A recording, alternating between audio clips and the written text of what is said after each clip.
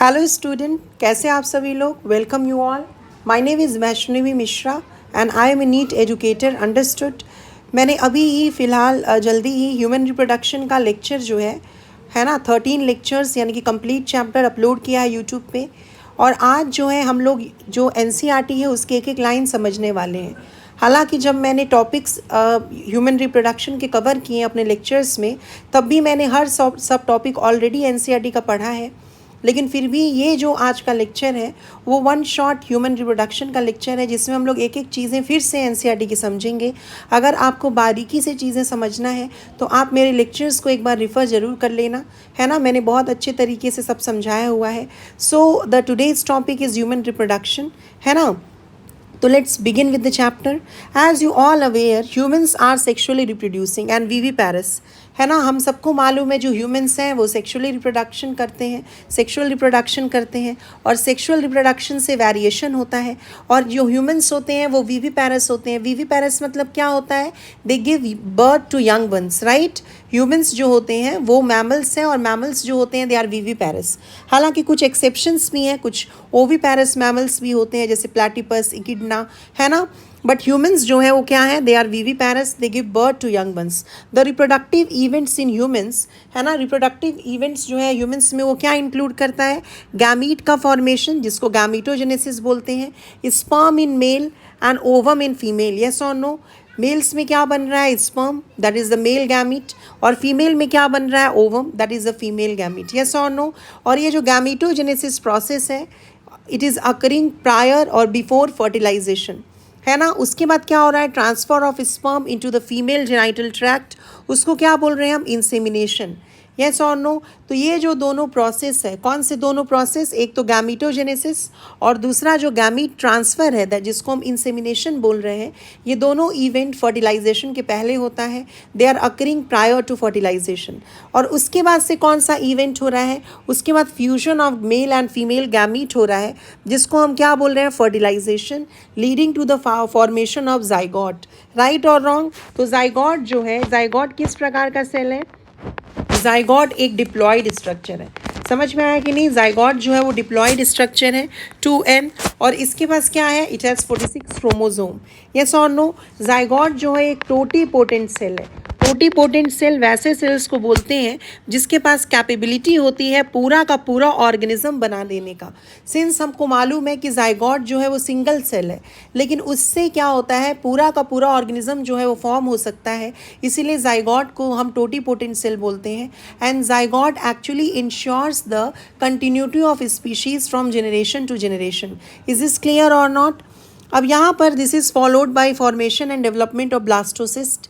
एक स्टेज आता है जो कि यूट्रस में बनता है, उसको बोलते हैं ब्लास्टोसिस्ट। वो कैसा दिखता है मैंने आपको अपने नोट्स में बताया है। अगर आपको और ज़्यादा देखना है तो वहाँ जाकर आप देख सकते हो। And its attachment to the uterine wall, जिसको हम बोलते हैं इम्प्लांटेशन। तो इम्प्लांटेशन क्या होता है? इम्प्लांटेशन इज़ एक्चुअली अटैचमेंट और इम्बेडमेंट। किसका अटैचमेंट हो रहा है? ब्लास्टोसिस्ट का। कहाँ पर हो रहा है? यूट्रस के वॉल में हो रहा है। कौन से लेयर में हो रहा है? एंडोमेट्रियम में, inner most lining of the uterus में हो रहा है। और उस प्रोसेस को हम बोल रहे हैं implantation. And implantation leads to pregnancy. Understood और नॉट? उसके बाद से क्या होता है? एम्ब्रियोनिक डेवलपमेंट या जेस्टेशन होता है 9 मंथ्स का। और लास्ट में क्या होगा? डिलीवरी ऑफ द बेबी, जिसको हम बोल रहे हैं parturition. Parturition is child birth after completion of the gestation period. 9 months का जेस्टेशन पीरियड कंप्लीट करने के बाद क्या होता है? पार्चुरेशन हो जाता है। यस और नो? तो ये सब जो है these are the reproductive events. Understood? जिसमें आपका gametogenesis, insemination, fertilization, implantation, gestation और पार्चुरेशन आता है। You have learnt that these reproductive events occurs after puberty. There are remarkable difference between reproductive events in male and in female. Yes, male और female में remarkable difference है। जैसे example भी दिया है कि sperm formation continues even in old man. Old man में भी sperm बनते रहता है ना। लेकिन फीमेल्स में ऐसा नहीं होता है। फीमेल्स में एक एज आता है अप्रॉक्सीमेटली 45 टू 50 ईयर्स का, उस समय मेंस्ट्रुअल साइकिल कम्प्लीटली बंद हो जाती है, उस इवेंट को मेनोपॉज बोलते हैं, और फर्दर जो है ओवम का प्रोडक्शन नहीं होता है. इज दिस क्लियर और not? But formation of ovum ceases in women around the age of 50 years. Let us examine the male and female reproductive system in human. तो इतने देर में किसी लाइन में अगर आपको कोई डाउट हुआ तो प्लीज़ कमेंट सेक्शन में मुझे लिख कर बताएं, फिर मैं आगे बढ़ूँ.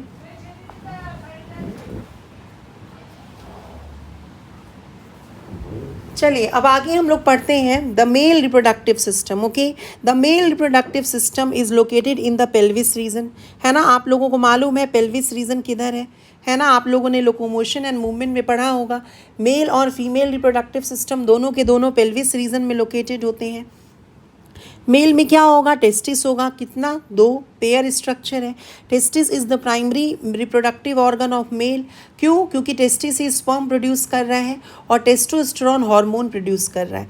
अलॉन्ग विद इसमें एसेसरी डक्ट्स होते हैं, ग्लैंड्स होते हैं और एक्सटर्नल जेनिटेलिया होता है. अंडरस्टूड और नॉट? एसेसरी डक्ट्स कौन कौन से होते हैं? एक होता है ट्यूबुलाई रेक्टाई, जो बुक में नहीं दिया होता है ना. ट्यूबुलाई रेक्टाई जो है. उसके बाद कौन हो रहा है? रेटेटेस्टिस. उसके बाद से होता है आपका वासा इफ्रेंशिया. यस और नो? ये सब एसेसरी डक्ट्स हैं. उसके बाद इपिडिडाइमिस.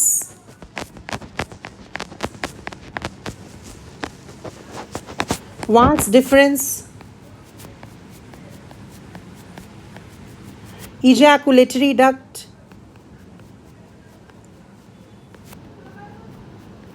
और यूरेथ्रा.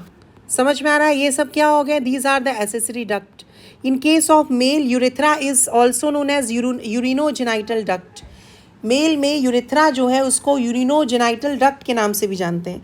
यूरिनोजेनाइटल वर्ड का मतलब क्या है? कि यूरेथ्रा के थ्रू ही यूरिन भी पास होगा और सीमेन यानी स्पर्म जो है, सीमेन के अंदर जो स्पर्म है वो भी पास होगा. अंडरस्टूड. अब ग्लैंड्स में कौन आते हैं? इसमें आता है सेमाइनल वेसाइकल जो पेयर्ड स्ट्रक्चर है. Okay, seminal vesicle leaf shaped paired structure है. उसके बाद से प्रोस्टेट ग्लैंड आता है which is unpaired single structure है ना, सिंगल स्ट्रक्चर है. और बल्बो यूरेथ्रल ग्लैंड आता है जिसको काउपर्स ग्लैंड बोलते हैं, ये भी पेयर्ड स्ट्रक्चर है. प्रोस्टेट पे क्वेश्चन पूछा जाता है, ये सिंगल है. और एक्सटर्नल जेनिटेलिया मेल का क्या होता है? This is known as penis. Is this clear? अब हम लोग आगे पढ़ते हैं.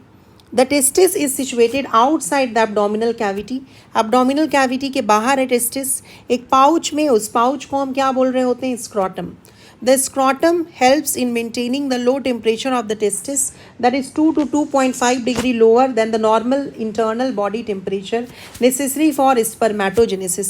यानी in case of humans and in most of the mammals, humans और कई और mammals में जो testis होता है वो abdomen के बाहर होता है ना. और कहाँ होता है? एक सैक या बैग लाइक स्ट्रक्चर में होता है, उसको स्क्रॉटम बोलते हैं. एक्चुअली जब मेल जो है वो अपने मदर के वूम्ब में होता है, एक बच्चा, एक मेल चाइल्ड, और जब वूम्ब में 7 मंथ का होता है तो उसी समय क्या होता है, क्योंकि उसके टेस्टिस में जो लेडिक सेल्स होते हैं वो टेस्टोस्टेरोन हार्मोन प्रोड्यूस करते हैं स्मॉल अमाउंट में. और वो जो टेस्टोस्टेरोन हार्मोन है वो जो यू कैन से टेस्टिस है उसको स्क्रॉटम में लेकर आता है. तो टेस्टिस जब एब्डोमेन से स्क्रॉटम में आता है तो एक कैनाल के थ्रू पास करता है और उस कैनाल को हम इन्ग्विनाल कैनाल बोलते हैं. समझ में आ रहा है? अभी मैं बहुत डिटेलिंग नहीं दे रही हूँ क्योंकि ऑलरेडी मैं दे चुकी हूँ अपने लेक्चर्स में. अंडरस्टूड. द स्क्रॉटम ये सब हो गया आपका. उसके बाद in adults each testis is oval in shape. Shape कैसा है? ओवल है, अंडा के आकार का. With a length of 4 to 5 centimetre and a width of 2 to 3 centimetre. तो 2, 3, 4, 5 आप याद रख सकते हो. 2, 3 विथ हो गया और 4, 5 लेंथ हो गया.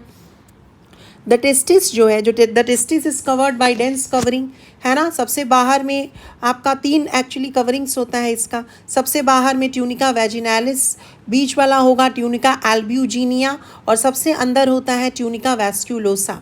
बट बेसिकली यहाँ पर ट्यूनिका एल्ब्यूजिनिया का बात करता है आपका एनसीईआरटी. क्या बोला मैंने? Tunica albuginea. Tunica albuginea. Tunica word का मतलब ही होता है cover. Each testis have 250 compartments called testicular lobule, है ना. कितना टेस्टिस है? 2 टेस्टिस है. और एक टेस्टिस में 250 टेस्टिकुलर लोब्यूल्स होंगे, यानी 2 टेस्टिस में कितने टेस्टिकुलर लोब्यूल होंगे? 250 into 2, that will give you 500 each testicular lobule, है ना। हर टेस्टिकुलर लोब्यूल में, 1 सेकेंड,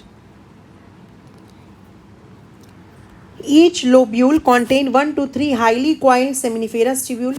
हर टेस्टिकुलर लोब्यूल में 1 से 3 सेमिनिफेरस ट्यूब्यूल होगा और उसी सेमिनिफेरस ट्यूब्यूल में स्पर्म बनता है। यानी एक मेल में कितना सेमिनिफेरस ट्यूब्यूल होगा, आप कैसे कैलकुलेट करोगे? तो आपको मालूम है कि एक जो मेल है उसमें 2 टेस्टिस है, तो टेस्टिकुलर लोब्यूल कितना हो गया? 250 into 2, that will give you 500 testicular lobule, TL that stands for testicular lobule. और एक टेस्टिकुलर लोब्यूल में 1 से 3 सेमिनिफेरस ट्यूब्यूल होता है, तो यहाँ पर 500 से 1500, यानी है ना, 1 से 3 अगर एक टेस्टिकुलर लोब्यूल है तो 500 टेस्टिकुलर लोब्यूल में कितना हो जाएगा? 500 to 1500 आपका हो जाएगा क्या चीज़? Seminiferous tubule. यस और no? How many seminiferous tubule are present in one male? एक ह्यूमन में, एक मेल ह्यूमन में कितना होगा? 500 से 1500। अब देखिए आगे भी आपको समझना ज़रूरी है, ठीक है। आगे क्या है बेसिकली कि ईच सेमिनिफेरस ट्यूब्यूल, हर जो सेमिनिफेरस ट्यूब्यूल है, it is lined on it's inside, अंदर की तरफ से जो सेमिनिफेरस ट्यूब्यूल है उसमें 2 प्रकार के सेल हैं, एक मेल जर्म सेल जिसको स्पर्मेटोगोनिया बोलते हैं, एंड सर्टोली सेल। समझ में आ रहा है कि नहीं? सेमिनिफेरस ट्यूब्यूल में 2 प्रकार के सेल हैं, यही मेल जर्म सेल एक्चुअली में डिफ्रेंशिएट करेंगे। पहले इनमें माइटोसिस होगा और फाइनली मियोसिस होगा, और यही डिफ्रेंशिएट करके क्या बन जाएगा? बन जाएंगे स्पर्म बन जाएंगे। अंडरस्टूड? ये मेल जर्म सेल होते हैं वो जर्माइनल इपिथीलियम है, they are lined by simple cuboidal epithelium. वहीं पे जो सर्टोली सेल है जिसको हम नर्स सेल या सस्टेंटाक्यूलर सेल के नाम से भी जानते हैं, ये जो है वो सिंपल कॉलमनर इपिथीलियम का बना हुआ है। अंडरस्टूड और नॉट? नेक्स्ट हम लोग पढ़ते हैं कि the male germ cell undergo meiotic division. Finally शुरू में उसमें माइटोसिस होगा, लेकिन बाद में मियोटिक डिवीजन होगा leading to sperm formation, while Sertoli cell provide nutrition to the germ cells. यानी सर्टोली सेल का काम न्यूट्रिशन प्रोवाइड करने का है और मेल जर्म सेल डिफ्रेंशिएट करके स्पर्म बनेगा। The region outside the seminiferous tubule called interstitial space, ये जो seminiferous tubule है ये हाईली coiled स्ट्रक्चर है, इसके बाहर जो स्पेस होगा उसको हम क्या बोलते हैं? बताइए। इंटरस्टिशियल स्पेस बोलेंगे, इंटरस्टिशियल स्पेस या इंटरट्यूबुलर स्पेस के नाम से भी जान सकते हैं। और वहाँ पे बेसिकली 3 चीज़ें होती हैं, स्मॉल ब्लड वेसल्स होगा, इंटरस्टिशियल सेल या लेडिक सेल्स होगा, और कुछ इम्यूनोलॉजिकल कॉम्पिटेंट सेल्स भी होंगे। देखिए याद रखिएगा, एग्जामिनर आपसे क्वेश्चन पूछ सकता है कि जो इंटरस्टिशियल स्पेस है या जो इंटरट्यूबुलर स्पेस है ना, यानी सेमिनिफेरस ट्यूब्यूल के बाहर जो स्पेस है उसको इंटरट्यूबुलर स्पेस या इंटरस्टिशियल स्पेस बोल सकते हैं। वहाँ कौन कौन सी चीज़ें हैं? तो उसमें ब्लड वेसल्स हैं, लेडिक सेल है जिसको इंटरस्टिशियल सेल भी बोलते हैं, और कुछ इम्यूनोलॉजिकली कॉम्पिटेंट सेल्स भी हैं जैसे मैक्रोफाज, टी हेल्पर सेल्स, ये भी हैं। ये जो लेडिक सेल है एक प्रकार का एंडोक्राइन सेल है, क्योंकि यही टेस्टिकुलर हार्मोन्स बनाता है जिसको एंड्रोजेंस बोलते हैं। यानी जब एक लड़के में प्यूबर्टी हिट होता है तो हाइपोथैलेमस से GnRH आता है ना, GnRH which stands for gonadotrophin releasing hormone. वो GnRH एंटीरियर पिट्यूटरी के ऊपर वर्क करता है, और एंटीरियर पिट्यूटरी जो है वो रिलीज़ करता है LH और FSH। ये जो LH है that is known as luteinizing hormone, it will act on the Leydig cell, और you can say interstitial cell, दोनों तो सेम ही नाम है, और एंड्रोजेंस या टेस्टोस्टेरोन का फॉर्मेशन करेगा। तो LH को इसीलिए मेल्स में ICSH भी बोल रहे हैं। ICSH का मतलब होता है इंटरस्टिशियल सेल स्टिमुलेटिंग हार्मोन, है ना। क्यों? क्योंकि LH जो मेल में इंटरस्टिशियल सेल को स्टिमुलेट कर रहा है, इसीलिए इसको ICSH बोलते हैं मेल्स में, that is interstitial cell stimulating hormone. The male sex accessory duct includes, देखिए यहाँ पे नाम लिखा भी है जो मैंने आपको ऑलरेडी बताया है, ट्यूबुलाई रेक्टाई यहाँ नहीं लिखा है बट इट्स ओके, है ना। Rete testis, vasa efferentia, epididymis and vas deferens. उसके अलावा यूरेथ्रा और इजैकुलेटरी डक्ट भी एसेसरी डक्ट्स के अंदर कैलकुलेट होते हैं, काउंट होते हैं। The seminiferous tubule of the testis opens into vasa efferentia through rete testis. देखिए यहाँ पे आपको समझना पड़ेगा, पहले सेमिनिफेरस ट्यूब्यूल है ST which stands for seminiferous tubule. उसी सेमिनिफेरस ट्यूब्यूल में स्पर्म बन रहा होता है। स्पर्म बनने के बाद कहाँ जाता है? सबसे पहले tubuli recti which is not mentioned in your book, understood. ये ट्यूबुलाई रेक्टाई में जाएगा जो कि स्ट्रेट ट्यूब्स होते हैं। फिर नेटवर्क ऑफ ट्यूब्यूल्स आएगा जिसको हम रेडी टेस्टिस बोलेंगे। स्पर्म फिर वहाँ जाएगा। रेडी टेस्टिस के बाद फिर स्पर्म कहाँ जा रहा है? रेडी टेस्टिस के बाद वो जाएगा वासा इफरेंशिया में। वासा इफरेंशिया जो है वो टेस्टिस को लीव करेगा। ये क्या करेगा? टेस्टिस को लीव करेगा। I am so sorry, 1 second. It leaves testis. Vasa efferentia, VE, that means vasa efferentia will leave the testis. उसके बाद से इपिडिडाइमिस आता है। इपिडिडाइमिस सबसे लॉन्गेस्ट रीजन है ना, और इपिडिडाइमिस में ही स्पर्म का मैच्योरेशन होता है। उसके बाद से वास डिफरेंस आता है। वास डिफरेंस जो है it will leave the sperm out of the scrotum. तो वास डिफरेंस जो है वो स्क्रॉटम को लीव करेगा, और वास डिफरेंस जो है एब्डोमेन के अंदर चला जाएगा। किसके थ्रू? इंग्विनल कैनाल के थ्रू, और यूरिनरी ब्लैडर के ऊपर लूप करेगा। अंडरस्टूड। ये सब चीज़ें मैंने आपको डिटेल में अच्छे से अपने नोट्स में बताया हुआ है। तो अगर आपसे एग्जामिनर क्वेश्चन पूछता है कि what will happen to the flow of sperm if the rete testis is blocked, तो आप बोलोगे कि ट्यूबुलाई रेक्टाई से वासा इफ्रेंशिया में स्पर्म नहीं जाएगा। अगर वासा इफ्रेंशिया ब्लॉक हो गया तो रेटी टेस्टिस से इपिडिडाइमिस में नहीं जाएगा, और अगर इपिडिडाइमिस ब्लॉक हो गया तो वासा इफ्रेंशिया से वास डिफरेंस में नहीं जाएगा। तो यहाँ पे क्वेश्चन वही बोल रहा है। देखो क्वेश्चन नहीं, मतलब स्टेटमेंट वही है। यहाँ पर फिर से देखिए आप लोग कि the seminiferous tubule of the testis open into Vasa इफ्रेंशिया। Seminiferous tubule कहाँ ओपन हो रहा है? वासा इफ्रेंशिया में। किसके थ्रू? रीटी टेस्टिस, यानी रीटी टेस्टिस बीच में आया। ऑब्वियस सी बात है, सेमिनिफेरस ट्यूब्यूल जो है वो वासा इफ्रेंशिया में ओपन कर रहा है। किसके थ्रू? रीटी टेस्टिस के थ्रू, है ना। आपको समझ में आया होगा ये बात। The vasa efferentia leave the testis and open into epididymis, which is located on the posterior surface of each testis. Where is epididymis located? Testis के पोस्टीरियर सरफेस में लोकेटेड है। इपिडिडाइमिस सबसे बड़ा पार्ट है, लॉन्गेस्ट रीजन है। किसका? You can से जो मेल के डक्ट सिस्टम उसमें सबसे लॉन्गेस्ट रीजन है। The epididymis leads to vas deferens. आप देख सकते हो ये इपिडिडाइमिस है, ये वास डिफरेंस है that ascends to the abdomen. Vas deferens ऊपर जा रहा है एब्डोमेन में and loops over the urinary bladder. Yes, vas deferens जब ऊपर जाएगा, है ना, एब्डोमेन में जाएगा वास डिफरेंस, तो उसको एक्चुअली में एक डक्ट मिलेगा। यहाँ नहीं बताया है, इट्स ओके, मैं बताती हूँ। देखिए जैसे मान लो वास डिफरेंस से ऊपर गया, ये इंग्विनल कैनाल है, ये IG है, अरे IC है, दैट इज़ इंग्विनल कैनाल, और ये जो है ये वास डिफरेंस है। तो इसको एक्चुअली यहाँ पे एक सेमाइनल वेसाइकल होता है ना, इसका ये डक्ट है, सेमाइनल वेसाइकल का डक्ट है। वास डिफरेंस यहाँ आकर थोड़ा सा फूल जाएगा और इसको एम्प्यूला बोलेंगे, और ये क्या होगा? सेमाइनल वेसाइकल के डक्ट के साथ फ्यूज़ करके क्या बनाएगा? Ejaculatory duct. ये जो डक्ट है इसको बोलते हैं इजैकुलेटरी डक्ट, एंड ये इजैकुलेटरी डक्ट फिर यूरेथ्रा के अंदर ओपन हो जाएगा।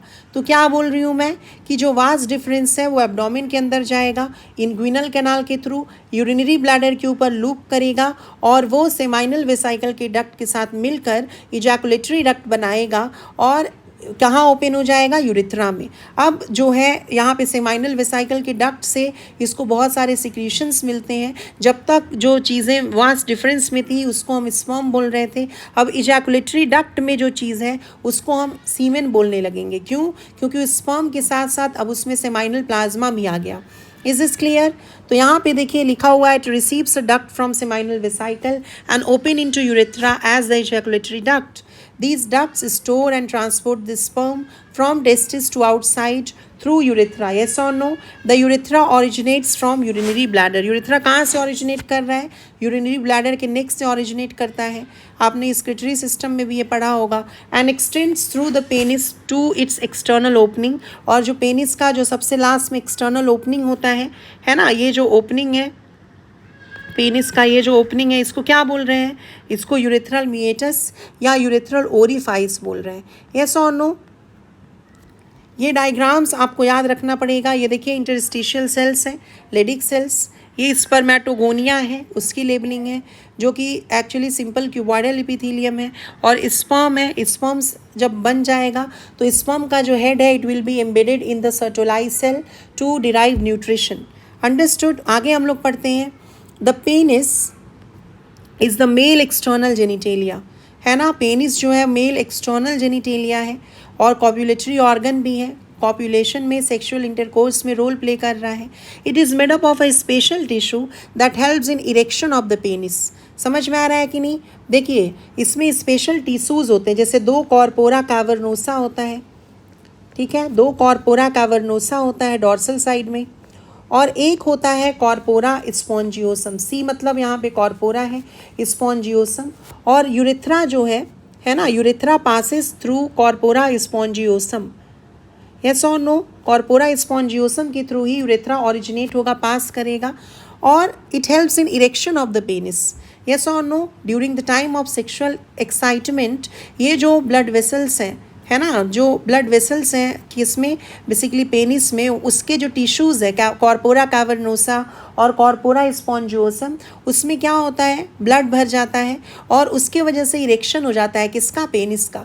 एक और चीज़ मैंने आपको बताया था जब मैंने लेक्चर लिया था कि erection of the penis parasympathetic nervous system करता है और इजैकुलेशन यानी कि सीमन का डिस्चार्ज सिंपैथेटिक नर्वस सिस्टम करता है. आई गेस आपको याद हो गया होगा, मतलब याद होगा शायद अगर आपने मेरा लेक्चर फॉलो किया होगा तो. द एनलार्ज्ड एंड, जो एनलार्ज एंड होता है पेनिस का, उसको हम ग्लांस पेनिस बोलते हैं. And it is covered by a loose fold of skin, है ना, उसको फोर स्किन बोलते हैं. यानी कि जो पेनिस है उसका जो एनलार्ज्ड एंड है, यहाँ पे ये जो एंडिंग है, यहाँ पे जो स्किन होगा ना वो लूज होगा. यहाँ पे तो स्किन टाइट होगा इस जगह पे, लेकिन यहाँ पे स्किन लूज होगा, वो रिट्रैक्टेबल होता है, पीछे की तरफ जा सकता है. इसको फोर स्किन या प्रिप्यूस बोलते हैं. और किसी किसी रिलीजियस सेरेमनी में, जैसे इस्लामिक रिलीजन में, बचपन में ही इसका क्या होता है, इसको कट कर दिया जाता है, रिमूव कर दिया जाता है ना. उसके अलग रिचुअल है, वो सही है उनके हिसाब से, राइट, और सही भी होगा. उसको क्या बोल रहे हैं हम? सर्कमसीजन. यस और नो? उसको हम क्या बोल रहे हैं? Circumcision. What is circumcision? Removal of foreskin. Is this clear और not? And what is foreskin? ये जो एनलार्ज्ड एंड है पेनिस का, जिसको हम क्या बोल रहे हैं? Glans penis.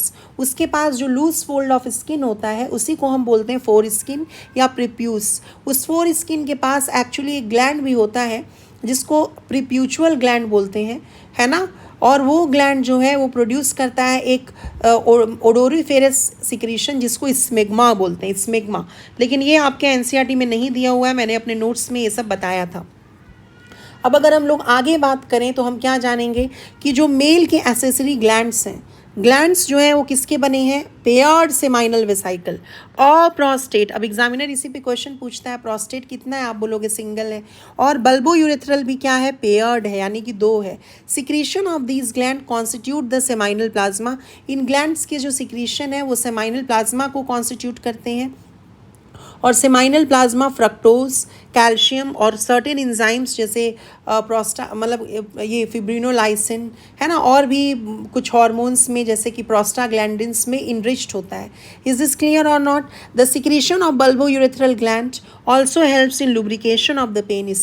Bulbo urethral gland का जो सिक्रीशन है वो म्यूकस या स्लिपरी सिक्रीशन होता है और पेनिस के लुब्रिकेशन में भी काम करता है जब इंटरकोर्स हो रहा होगा, सेक्सुअल इंटरकोर्स के समय, क्वाइटस के समय. Is this clear? सबसे ज़्यादा कंट्रीब्यूशन जो है वो सीमेन का कौन देगा? Seminal vesicle. अंडरस्टूड? सीमेन क्या होता है एक्चुअली? सीमेन जो है, जिन बच्चों को नहीं पता है, 90% सीमेन में होता है सेमाइनल डिस्चार्ज, SD मतलब सेमाइनल डिस्चार्ज, और 10% इसमें होता है क्या? Sperm.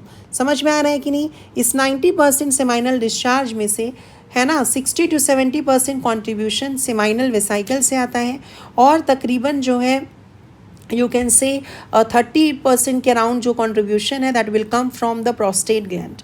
Now we are moving ahead on the female reproductive system.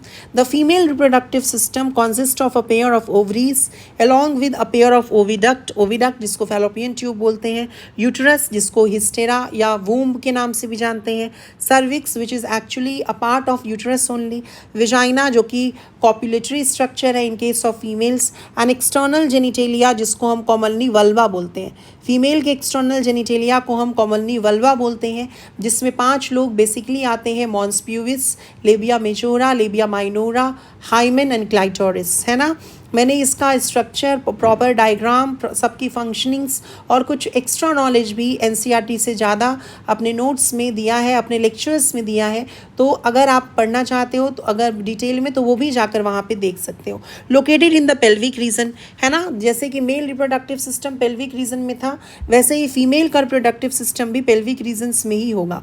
These parts of the system along with a pair of mammary gland are integrated structurally and functionally to support the process of ovulation, fertilization, pregnancy, birth and child care. Yes or no?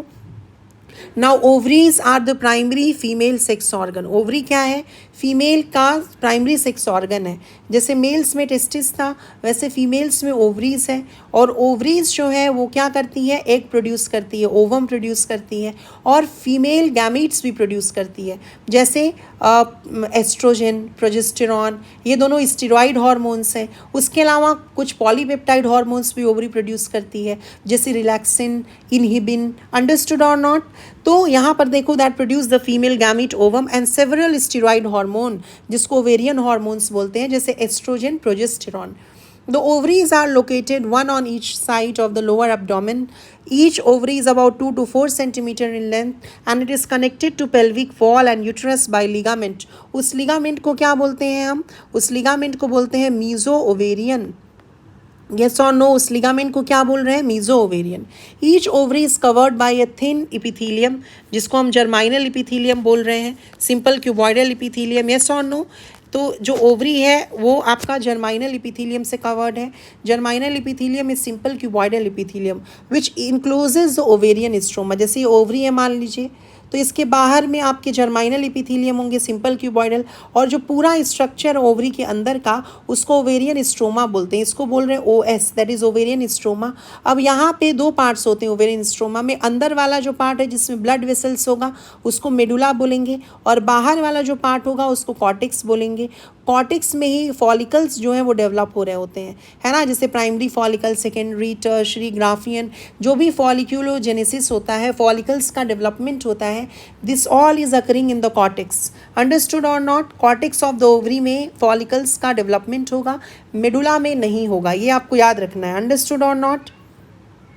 Now the oviduct, है ना, oviduct that is fallopian tube, uterus and vagina constitute the female reproductive या accessory ducts, है ना। जैसे mail में ducts थे वैसे female में भी डक्ट्स हैं।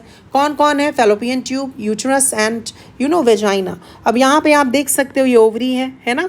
उसके अलावा ये जो है, this is the fallopian tube, ये फैलोपियन ट्यूब है। Infundibulum is the first part of the fallopian tube. Infundibulum के पास फिंगर लाइक प्रोजेक्शन है, जिसको हम फिम्ब्रे बोलते हैं। ओवरी में से जब ओवम रिलीज होता है तो फिम्ब्रे इसको कलेक्ट करता है, और इनफंडिबुलम में एक छोटा सा पोर होता है, उसको ऑस्टियम बोलते हैं, और ओवम इस पोर के थ्रू आपका क्या होता है? फैलोपियन ट्यूब में चला जाता है। अब फैलोपियन ट्यूब के अंदर होता है सीलिया। समझ में आ रहा है कि नहीं? फैलोपियन ट्यूब के अंदर होता है सीलिया। द फैलोपियन ट्यूब आपने एनिमल टिश्यू में पढ़ा होगा, एनिमल टिश्यू चैप्टर में, कि the fallopian tube is lined by simple ciliated columnar epithelium. अगर आपको नहीं पता है, इट्स ओके, नो प्रॉब्लम। और वो जो सीलिया है वो ओवम को, सेकेंडरी oocyte को, प्रिसाइजली हमें ओवम नहीं बोलना चाहिए, we should call it secondary oocyte, उसको एक स्पेसिफिक डायरेक्शन में ले जाता है। और कहाँ ले जाता है? एम्प्यूला में। Ampulla is the largest part of the fallopian tube, it is the widest part of the fallopian tube. और एम्प्यूला ही वो जगह है जहाँ पर fusion of the male gamete and female gamete होगा। यहीं पर जो स्पर्म है वो आता है और वेट करता है ओवम का, और ओवम यहाँ पर जब आती है तो स्पर्म फ्यूज़ कर सकता है, या हो सकता है पहले ओवम आ जाए और 24 आवर्स तक ओवम मैक्सिमम वेट कर सकती है, क्योंकि ओवम का जो लाइफ स्पैन है वो 24 आवर्स है और स्पर्म का 72 आवर्स। तो ampulla is the widest, longest and largest region of the fallopian tube, है ना। बेसिकली लॉन्गेस्ट नहीं भी लिख सकते हैं, बट बहुत सारे बुक्स में मैंने देखा है, टेक्निकली ऐसा बोलना सही तो नहीं है, लार्जेस्ट एंड वाइडेस्ट आप यूज़ कर सकते हो। समझ में आ रहा है कि नहीं?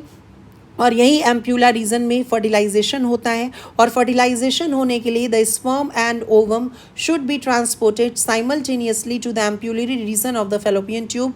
और यही रीज़न है कि जितनी बार भी सेक्सुअल इंटरकोर्स होगा, हर बार जो है फर्टिलाइजेशन नहीं होगा। उसके बाद सबसे लास्ट पार्ट होता है किसका? फैलोपियन ट्यूब का, जो कि बहुत नैरो होता है, उसका ल्यूमेन बहुत नैरो है और वो यूट्रस से कनेक्टेड है, उसको बोलते हैं इस्थमस। तो हम लोग देख सकते हैं कि जो फैलोपियन ट्यूब है वो ओवरी के पेरीफेरी से यूट्रस तक क्या है, यू कैन से स्प्रेड है। तो फेलोपियन ट्यूब कहाँ से कहाँ तक है, ओवरी के पेरीफेरी से फेलोपियन ट्यूब तक जो है वो स्प्रेड है।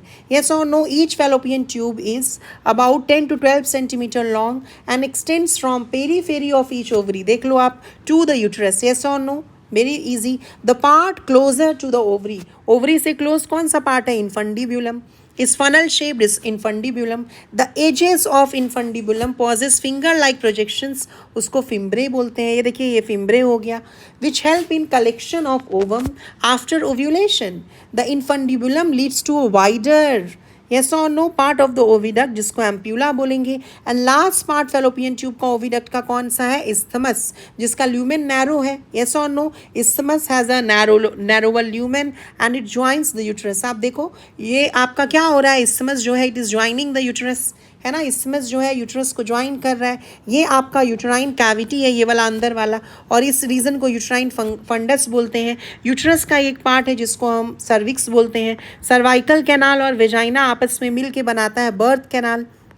इज दिस क्लियर और नॉट, ये दोनों मिल के आपस में बर्थ कैनाल बनाते हैं, है ना। और जो आपका यूट्रस, इसमें 3 लेयर्स है। सबसे बाहर वाला पेरीमेट्रियम, पेरीमेट्रियम जो है वो बहुत पतला सा है ना।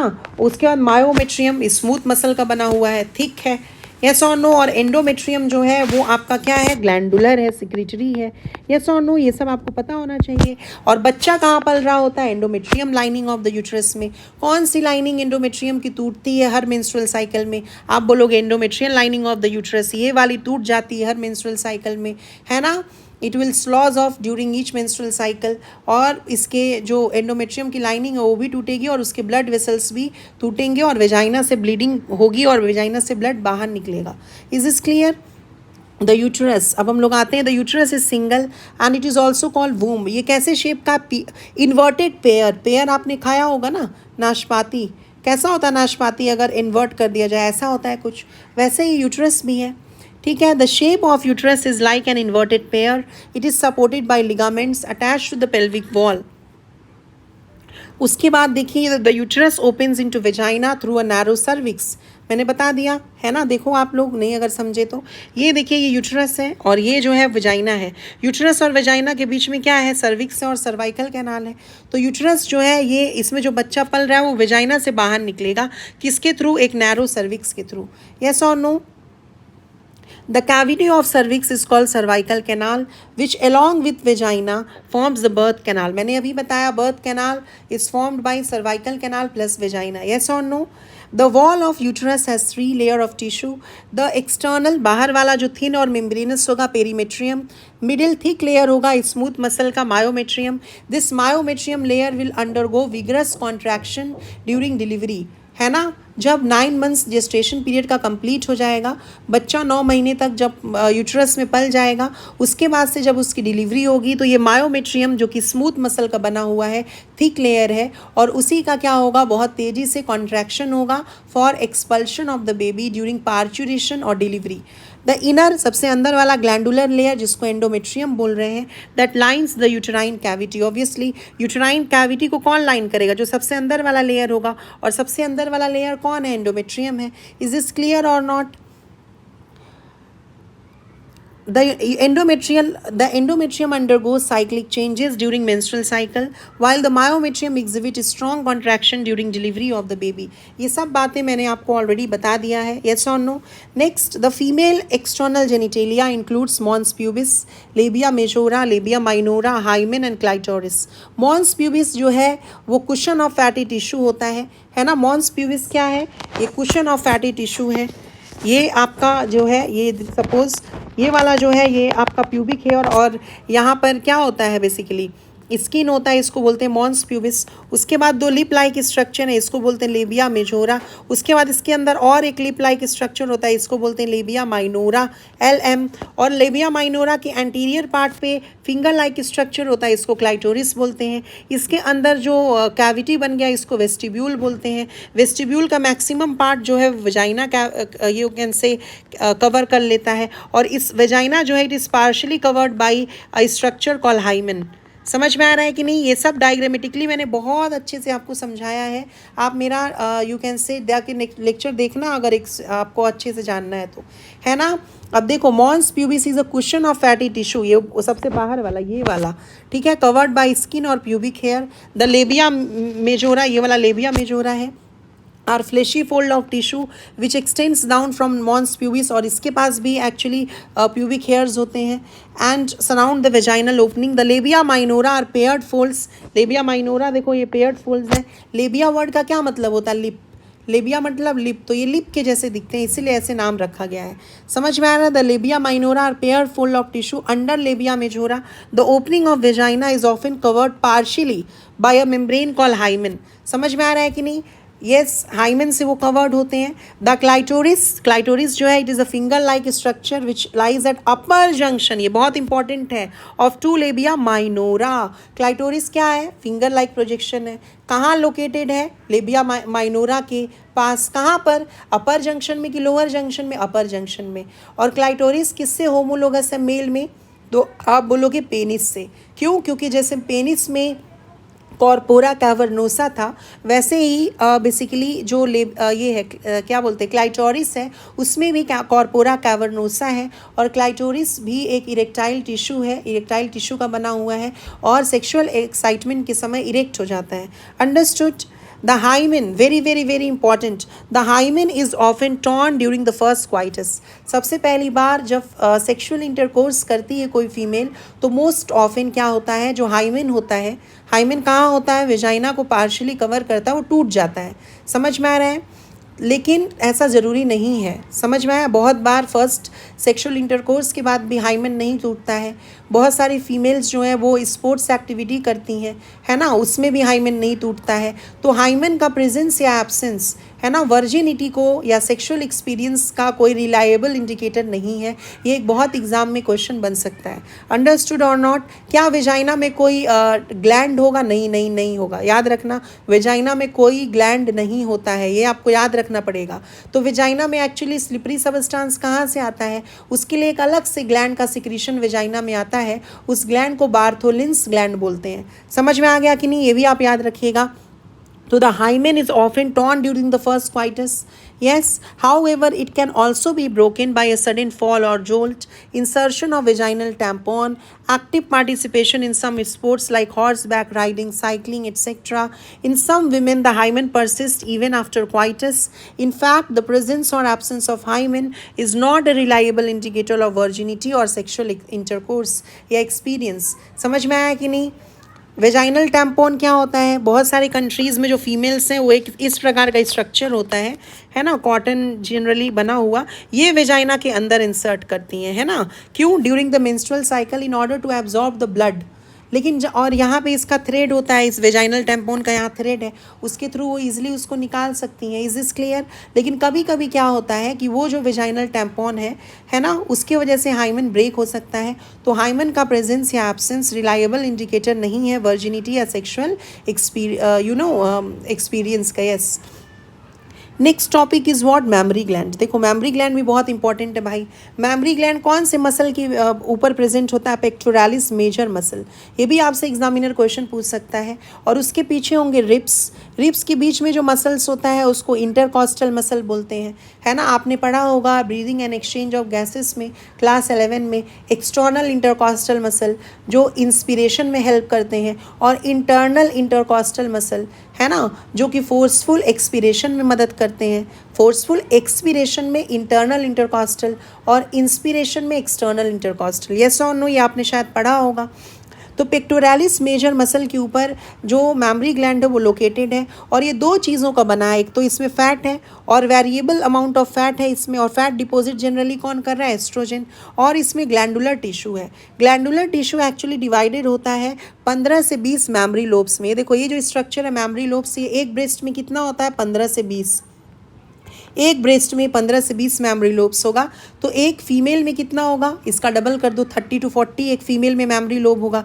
यस और नो? क्योंकि mammary gland is a paired structure, mammary gland दो है, तो जाहिर सी बात है अगर एक मैमरी ग्लैंड में 15 से 20 मैमरी लोब, तो दो मैमरी ग्लैंड में इसका डबल हो जाएगा, है ना, 30 से 40 हो जाएगा।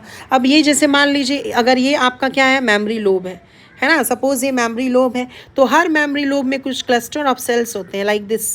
ये क्लस्टर ऑफ सेल्स जो है इसको हम बोलते हैं एल्वियोलाई।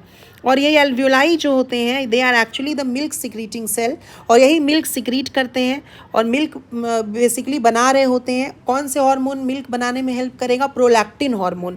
और इसका जो ल्यूमेन है, इसमें जो खाली जगह है वहाँ पर मिल्क क्या हो जाएगा? एक्चुअली स्टोर होके ये रख देंगे। समझ में आ रहा है कि नहीं?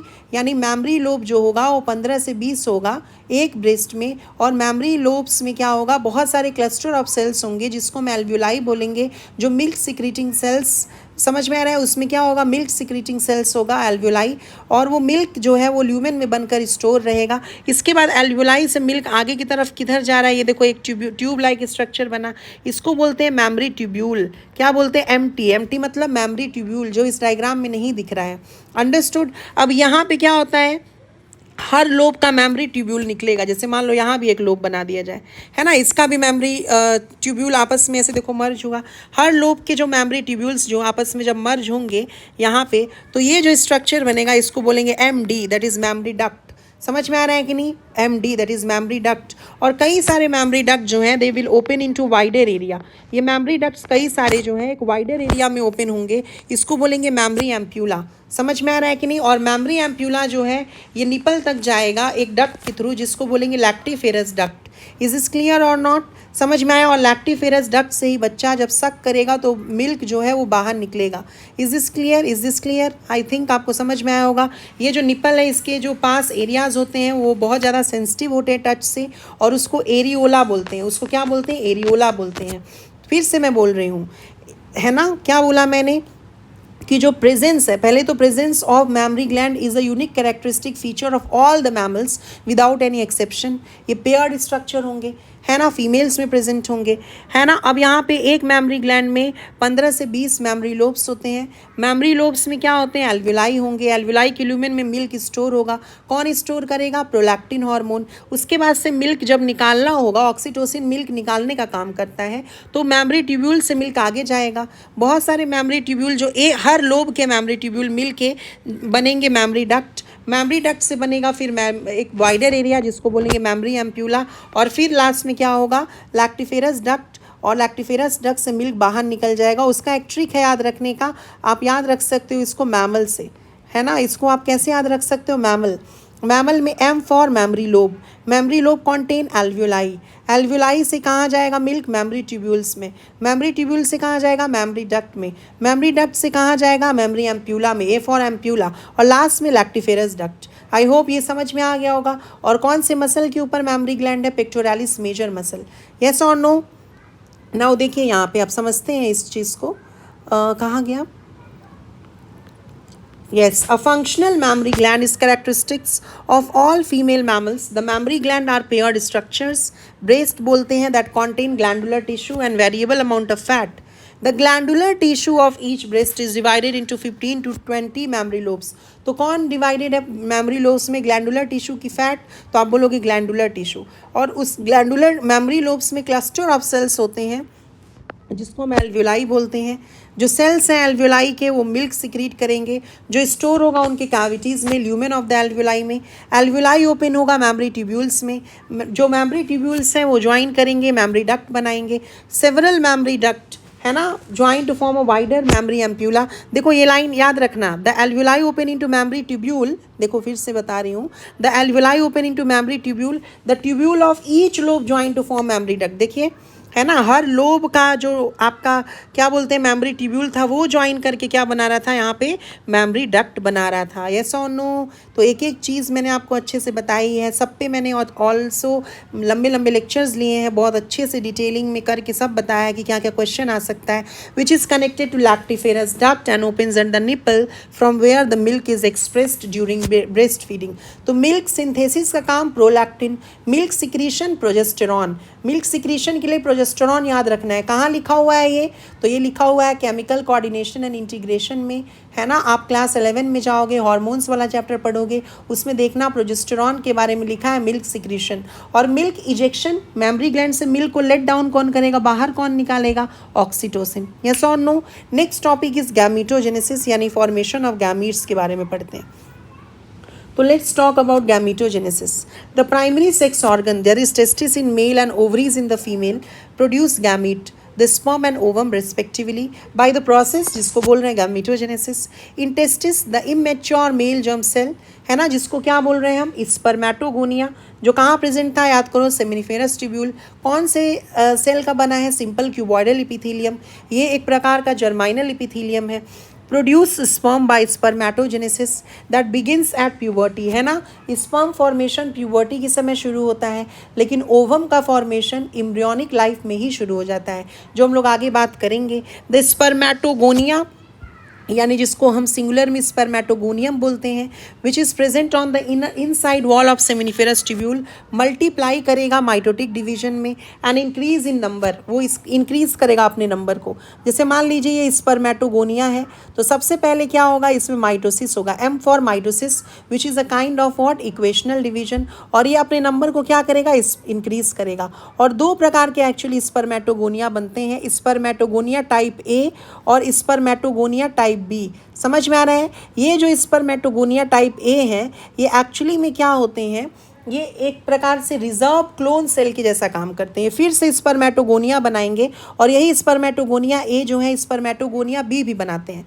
आप समझ रहे हो मेरी बात. स्पर्मेटोगोनियम जो है उसमें दो प्रकार के स्पर्मेटोगोनियम होते हैं, एक ए टाइप एक बी टाइप. ए टाइप जो है वो एक प्रकार का रिजर्व क्या बोल सकते हैं आप उसको, क्लोन सेल है, जो कि बार बार स्पर्मेटोगोनियम बनाते रहेगा. और इसीलिए जो मर्द है, एक लड़का है, वो कभी भी बाप बन सकता है, 80 साल में भी बाप बन सकता है, क्योंकि स्पर्मेटोगोनियम ए जो है उसमें प्रेजेंट होता है, which is working like reserve clone cell, और वो हमेशा जो है स्पर्म का प्रोडक्शन कर देगा. यही स्पर्मेटोगोनिया ए जो है स्पर्मेटोगोनिया बी भी बनाएगा. और ये स्पर्मेटोगोनिया बी जो है ये डिफ्रेंशिएट करने का मतलब हो गया कि साइटोप्लाज्मिक कंटेंट बढ़ाना, साइज में बड़ा होना, और ये बना लेंगे प्राइमरी स्पर्मेटोसाइट. समझ में आ रहा है कि नहीं आ रहा है. जिनको नहीं समझ में ज़्यादा आ रहा है वो मेरे जाके एक बार लेक्चर देखें. Each spermatogonia is diploid and contain 46 chromosome, और इसी से बनेगा प्राइमरी आपका स्पर्मेटोसाइट. तो प्राइमरी स्पर्मेटोसाइट माइटोसिस प्रोसेस से बना, तो जाहिर सी बात है प्राइमरी स्पर्मेटोसाइट भी डिप्लॉइड होगा, इसमें भी 46 क्रोमोजोम होंगे. अब देखो, some of the spermatogonia call primary spermatocyte. Spermatogonia and primary spermatocyte are almost the same thing, but difference क्या है, प्राइमरी स्पर्मेटोसाइट का साइज बड़ा है, साइटोप्लाज्मिक अमाउंट ज़्यादा है. Periodically undergo meiosis. अब प्राइमरी स्पर्मेटोसाइट में मियोसिस 1 हुआ. मियोसिस 1 एक प्रकार का रिडक्शनल डिवीजन है, तो क्रोमोजोम नंबर हाफ हो जाएगा. इसके बाद जो चीज़ बनेगा उसमें क्या बनेगा, प्राइमरी स्पर्मेटोसाइट के मियोसिस से बताओ 2 सेकेंडरी स्पर्मेटोसाइट बनेगा. A primary spermatocyte completes the first meiotic division which is reductional division leading to formation of 2 equal haploid cells. क्योंकि ये रिडक्शनल डिवीजन है तो हैप्लॉइड सेल बनेगा, जिसको सेकेंडरी स्पर्मेटोसाइट बोलेंगे, जिसके पास सिर्फ और सिर्फ 23 क्रोमोसोम्स होगा, है ना, each. The secondary spermatocyte undergo second meiotic division. अब ये सेकेंडरी स्पर्मेटोसाइट में सेकेंड मियोटिक डिवीजन होगा, यानी मियोसिस 2 होगा. मियोसिस 2 एक प्रकार का इक्वेशनल डिवीजन है, और इससे क्या बनेगा, 4 इक्वल हैप्लॉइड स्पर्मेटिड्स. समझ में आया कि नहीं. और स्पर्मेटिड्स का जो प्लॉइडी है या क्रोमोजोम में कितना होगा, 23 क्रोमोजोम्स, और प्लॉइडी क्या होगा, haploid structure. Spermatids are transferred into spermatozoa by a process called spermiogenesis. Spermiogenesis, है ना. स्पर्मियोजेनेसिस एक ऐसा प्रोसेस है जिसमें स्पर्मेटिड्स जो है वो डिफ्रेंशिएट करके स्पर्म बना लेगा या स्पर्मेटोजोआ बना लेगा. क्या ऐसा होगा जिससे स्पर्मेटिड से स्पर्मेटोजोआ बनेगा, तो जैसे मान लो ये स्पर्मेटिड है और इससे बनने वाला स्पर्मेटोजोआ जिसको स्पर्म बोल रहे हैं, तो एक्चुअली में स्पर्मेटिड में साइटोप्लाज्म ज़्यादा होता है. तो स्पर्मेटिड से जब स्पर्म बन रहा है तो there will be loss of cytoplasm, है ना. एक तो ये चीज़ हो गया. उसके बाद से स्पर्मेटिड में फ्लैजिला नहीं होता, इसलिए स्पर्मेटिड नॉन मोटाइल है, लेकिन स्पर्म में फ्लैजिला होगा तो ये मोटाइल हो जाएगा. उसके अलावा स्पर्म में क्या होता है कि जो गोल्जी बॉडी है वो हेड के पास आ जाएगा और एक्रोजोम बना देगा. स्पर्म में एक्सियल फिलामेंट का डेवलपमेंट होगा और स्पर्म के हेड में elongation and condensation of nucleus होता है। तो ये सब कुछ इवेंट्स हैं जो कि स्पर्मियोजेनेसिस के अंडर होते हैं, जो मैंने अपने शॉर्ट्स वीडियो में भी बताया है और लेक्चर में भी बताया है। आफ्टर स्पर्मियोजेनेसिस के बाद sperm head become embedded in Sertoli cell, क्योंकि सर्टोली सेल उसको नरिशमेंट प्रोवाइड करते हैं, and are finally release from the seminiferous tubule. और उस प्रोसेस को क्या बोलेंगे जब सेमिनिफेरस ट्यूब्यूल से रिलीज होगा? स्पर्मिएशन। देखो स्पर्मिएशन से के ऊपर एक PYQ था। स्पर्मिएशन दो चीज़ को बोलते हैं। सर्टोली सेल से जब स्पर्म सेमिनिफेरस ट्यूब्यूल के ल्यूमेन में आएगा उसको भी स्पर्मिएशन बोलते हैं, और ल्यूमेन ऑफ सेमिनिफेरस ट्यूब्यूल से जब स्पर्म बाहर रिलीज होगा उसको भी स्पर्मिएशन बोलते हैं। बाहर मतलब सेमिनिफेरस ट्यूब्यूल के बाहर निकलने लगेगा, ट्यूबलाई रेक्टाई रेडी टेस्टिस में जब जाएगा उसको भी स्पर्मिएशन बोलते हैं। ठीक है। Spermatogenesis starts at the age of puberty due to significant increase in GnRH, that is gonadotrophin releasing hormone, जो hypothalamus का है। This, if you recall, is a hypothalamic hormone. Hypothalamus is an anatomical connection between endocrine system and nervous system, और इसको super master gland भी बोलते हैं। The increased level of GnRH then acts on anterior pituitary, जो ये है GnRH है वो एंटीरियर पिट्यूटरी पे एक्ट करेगा and stimulate secretion of two gonadotrophins, one is LH and दूसरा क्या हो गया? Follicle stimulating hormone FSH। LH जो है it will act on the Leydig cell और सिंथेसिस एंड सिक्रीशन करेगा वो किसका? एंड्रोजेंस का। Androgens in turn stimulate the process of spermatogenesis. अगर क्वेश्चन आएगा स्पर्मेटोजेनेसिस में दो हार्मोन्स का नाम बताओ एग्जैक्ट, तो एक होगा FSH और दूसरा होगा टेस्टोस्टेरोन। LH नहीं, डायरेक्ट रोल नहीं प्ले कर रहा है LH। तो ये दो मेन हार्मोन्स हैं जो स्पर्मेटोजेनेसिस और स्पर्मियोजेनेसिस दोनों में हेल्प करेंगे। FSH will act on Sertoli cell and stimulate secretion of certain factors. उस फैक्टर्स का नाम होता है androgen binding protein. Sertoli cell जो है ना, उसके ऊपर FSH जब एक्ट करेगा तो एक फैक्टर का रिलीज़ करवाएगा जिसको बोलेंगे एंड्रोजन बाइंडिंग प्रोटीन। ये जो एंड्रोजन बाइंडिंग प्रोटीन है ये एक्चुअली में कॉन्सेंट्रेट करता है टेस्टोस्टेरोन को इनसाइड द सेमिनिफेरस ट्यूब्यूल। क्यों? क्योंकि स्पर्म का फॉर्मेशन, स्पर्म का प्रोडक्शन सेमिनिफेरस ट्यूब्यूल के अंदर हो रहा है, तो टेस्टोस्टेरोन का इंपॉर्टेंट रोल होता है स्पर्म को फॉर्म करने में, स्पर्मेटोजेनेसिस में। तो स्पर्म जो है अच्छे से बन सके तो उसके लिए टेस्टोस्टेरोन को कॉन्सेंट्रेट जरूर होना पड़ेगा। कहाँ पर? सेमिनिफेरस ट्यूब्यूल में, और उसको कॉन्सेंट्रेट करने का काम करता है androgen binding protein, that is ABP। Understood? Let us examine the structure of a sperm. It is a microscopic structure, obviously composed of head. देखिए यहाँ पे ये इसका हेड हो गया, यहाँ से यहाँ तक इसका हेड हो गया, छोटा सा नेक होता है, फिर मिडिल पीस होता है। एक्चुअली में तुम्हारे बुक में NCERT में नेक अलग से लिखा है, लेकिन टेक्निकली मिडिल पीस के एंटीरियर रीजन को ही नेक बोलते हैं, है ना। सच में क्या है कि मिडिल पीस के एंटीरियर रीजन को ही नेक बोलते हैं, लेकिन तुम्हारा NCERT इसको अलग से लिख रहा है, बट इट्स ओके, हम लोग अलग से भी देख लेते हैं, इट्स नो इश्यूज़, है ना। तो याद रखने की बात है, एक सेकेंड, ये चीज़ आपको समझना होगा। उसके बाद मिडिल पीस आता है, माइटोकॉन्ड्रिया, टेल, है ना, ये सब चीज़ें इसमें क्या होंगी? प्रेजेंट होगी। मिडिल पीस में माइटोकॉन्ड्रिया होगा। Okay. A plasma membrane covers the whole body of the sperm. पूरा का पूरा स्पर्म जो है वो प्लाज्मा मेम्ब्रेन में कवर्ड रहता है, और जब स्पर्म विजाइना के अंदर जाएगा तो उसके प्लाज्मा मेम्ब्रेन से कोलेस्ट्रॉल का रिमूवल होता है, और इसी प्रोसेस को क्या बोलते हैं? कैपेसिटेशन। प्लाज्मा मेम्ब्रेन से कोलेस्ट्रॉल का रिमूवल जो है उसको कैपेसिटेशन बोलते हैं। अंडरस्टूड और not? Removal of membrane cholesterol. अब यहाँ पे a plasma membrane envelopes the whole body of the sperm. The sperm contains an elongated haploid nucleus, the anterior portion of which is covered by a cap-like structure, जिसको हम acrosome बोलते हैं। Acrosome कहाँ present है? Sperm के head में। Sperm के head में भी कहाँ? एंटीरियर रीजन में। अब ये जो एक्रोजोम है किससे बनता है? गोल्जी बॉडी से। और एक्रोजोम असली में है क्या? Modified lysosome. याद रखने की जरूरत है, acrosome is a modified lysosome formed by Golgi body, और इसके पास कई सारे इंजाइम्स होते हैं, और उस इंजाइम्स को कलेक्टिवली स्पर्म लाइसिन के नाम से जानते हैं। जैसे इसमें होता है acrosin enzyme, then you can say corona penetrating enzyme, उसके बाद से आपका हो जाएगा हायालुरोनिडेज इंजाइम। समझ में आ रहा है कि नहीं? डिसइंटीग्रीन पेप्टिडेज करके और इंजाइम्स भी होता है ना। न्यूरालाइडेज इंजाइम्स भी होता है, बहुत सारे और भी इंजाइम्स होते हैं, उतना आपको याद नहीं रखना है। और ये सारे इंजाइम्स आपने जब चैप्टर पढ़ा होगा बायोमोलिक्यूल का, उसमें 6 क्लासेस पढ़ा होगा इंजाइम्स का, है ना। तो ये जो सारे इंजाइम्स एक्रोसोम के हैं, they will belong to class 3, जिसको हाइड्रोलेज बोलते हैं, है ना। आपको याद आ रहा है हाइड्रोलेज, है ना। 6 क्लासेस ऑफ इंजाइम में 3rd क्लास था हाइड्रोलेज। द एक्रोसोम जो है कहाँ गया, the acrosome is filled with enzymes that help in fertilization of the ovum. The middle piece possesses numerous mitochondria, कई सारे उसमें माइटोकॉन्ड्रिया प्रेजेंट होंगे, 50 to 75 माइटोकॉन्ड्रिया हो सकते हैं एक स्पर्म में, विच प्रोड्यूस एनर्जी। और ये माइटोकॉन्ड्रिया जो है एक स्पेशल पैटर्न में अरेंज होते हैं, देखो।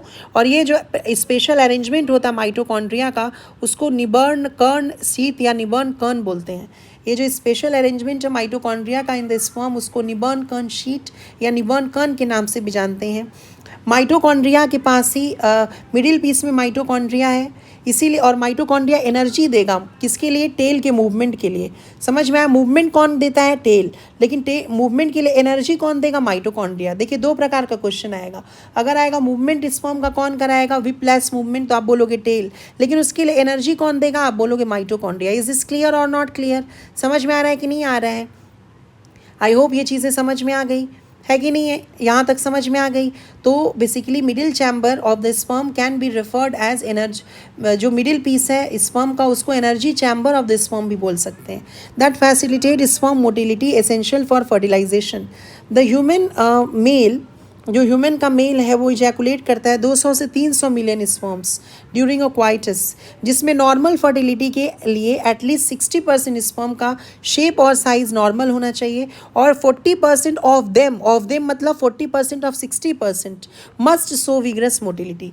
समझ में आ रहा है कि नहीं, यानी टोटल का कितना परसेंट, 24%। अगर आपसे क्वेश्चन आए कि how many sperm must have normal shape and size and must show vigorous motility for normal fertility, तो योर आंसर विल बी 24%। क्यों, क्योंकि नॉर्मल शेप और साइज कितना होना चाहिए, 60%, और विग्रस मोटिलिटी कौन कितना शो करना चाहिए, 40% ऑफ देम मतलब 40% ऑफ 60%, तो 40% 60% का कितना होता है, 24%।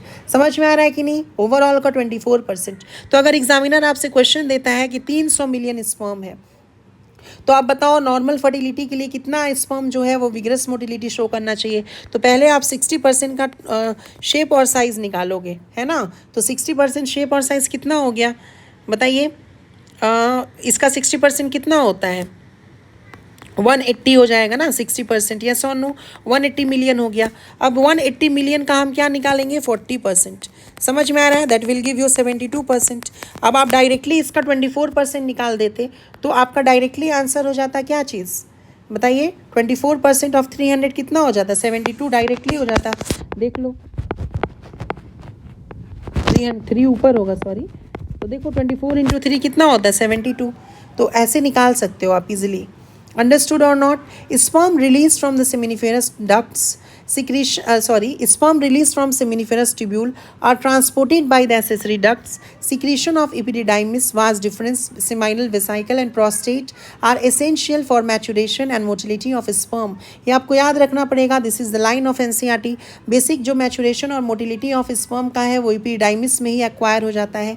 The seminal plasma along with the sperm constitute the semen. सीमेन मतलब क्या है, seminal discharge plus sperm, 90% seminal discharge और 10% sperm. The function of male sex accessory ducts and glands are maintained by testicular hormones, androgens, जिसमें main कौन है आपका, testosterone.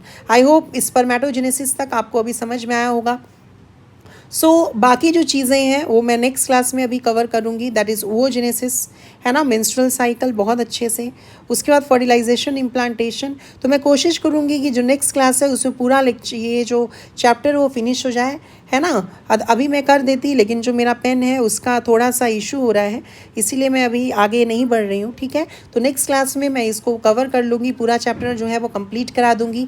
तो I hope यहाँ तक आपको समझ में आया होगा। Thank you so much for watching.